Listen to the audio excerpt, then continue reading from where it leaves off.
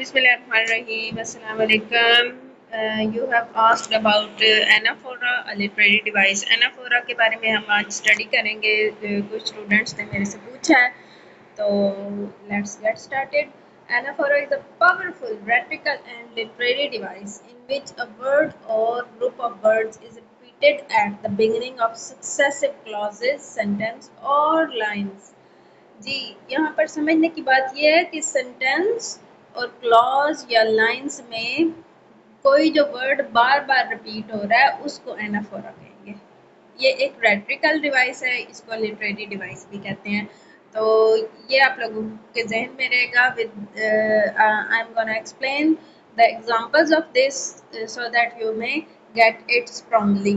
Okay, definition is anaphora is the deliberate repetition of the word or phrase at the beginning of successive clauses or sentences to achieve an artistic, rhetorical or emotional effect. किसी piece of writing में rhetorical, emotional और artistic effect को show करने के लिए उसके sentence के शुरू में जो कोई भी एक क्लॉज बार बार रिपीट किया जाता है, कोई भी एक फ्रेज बार बार रिपीट किया जाता है, उसको एनाफोरा कहते हैं. Purpose of anaphora is to emphasize a point or idea. किसी भी आइडिया या पॉइंट को के ऊपर जोर देने के लिए एनाफोरा यूज किया जाता है.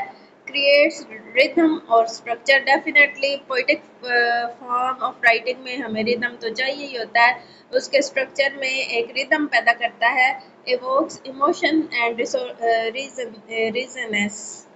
रीजननेस और इमोशन को प्रमोट करता है. एक बात रिपीट बार बार की जाए तो उससे एक वर्ड को बार बार रिपीट किया जाए तो उससे एक इमोशन, एक रिदम क्रिएट हो जाता है, एक आइडिया जहन में रह जाता है कि क्या बात एक्सप्लेन करना चाह रहा है राइटर, तो उसको एनाफोरा कहते हैं. यहाँ पर कुछ एग्जांपल्स हैं from Charles Dickens a tale of two cities. Definitely आप लोगों ने स्टडी किया हुआ होगा इसको. तो देखते हैं इसमें एनाफोरा कहाँ पे था. It was the best of times, it was the worst of times, it was the age of wisdom, it was the age of foolishness. तो ये क्या है, ये एनाफोरा है. It was, it was, it was, it was जो बार बार repeat किया जा रहा है, यानी पास्ट को मद्देनजर रखा जा रहा है, पास्ट को पॉइंट आउट किया जा रहा है, तो ये एनाफोरा होगा. The phrase "it was" is repeated to highlight contrast and deepen impact. Deep impact डालने के लिए और उसको रिपीट करके हाईलाइट करने के लिए कि ये पास्ट टाइम था, उसको एनाफोरा कहेंगे. From William Blake's London, in every cry of every man, in every infant's cry of fear, in every voice, in every band. तो यहाँ पर एवरी बार बार रिपीट हो रहा है. In every, in every, in every के हर कोई, हर कोई, हर कोई, ये चीज़ बार बार रिपीट की जा रही है एम्फसाइज करने के लिए कि हर कोई पॉइंट जो है ना रिपीट किया जा रहा है कि हर कोई, उनमें से कोई एक नहीं, यानी कि हर कोई. Repetition of in every emphasises the ubiquity of suffering, के सफरिंग जो तकलीफ सही गई है वो हर किसी ने सही है, चाहे वो इन्फेंट है, चाहे वो मैन है, चाहे वो कोई भी पर्सन है, उस हर किसी ने तकलीफ सही है. तो इन एवरी क्या होगा, बार बार रिपीट किया गया है एक क्लॉज, तो उसको क्या कहेंगे, anaphora. In speeches Martin Luther king junior I have a dream. I have a dream में एनाफोरा की रिपीटिशन कहाँ पर हुई है. I have a dream that one day, I have a dream that one day, I have a dream today.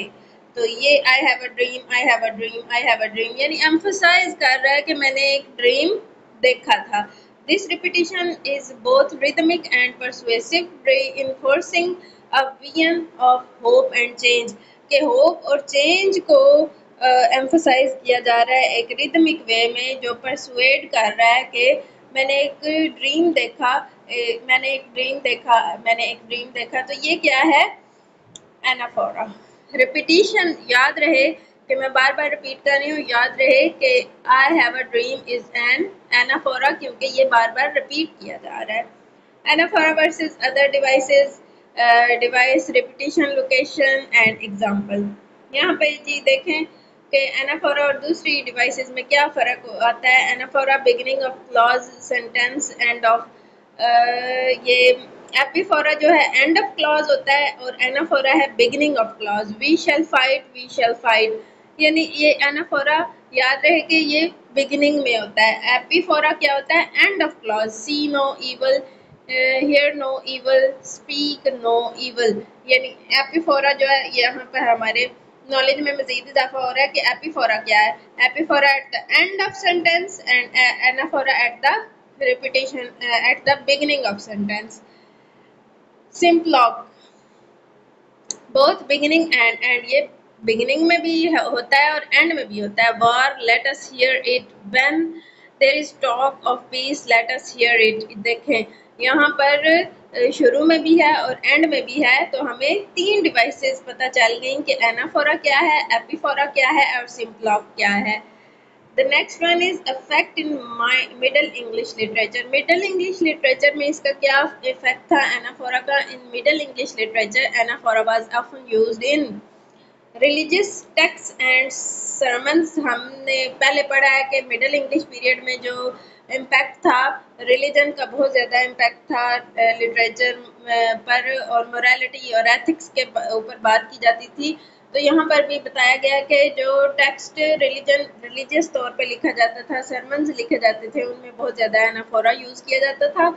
तो poetry में भी specially in allegorical और moral poems like Pious Plowman to reinforce ethical lessons, mystical writings such as Julian of Norwich's Revelations to intensify spiritual expression.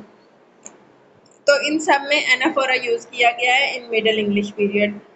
अब बात यह है कि आप लोग क्या करेंगे, you have to try it yourself. Example है, write 3 lines using anaphora starting with I remember.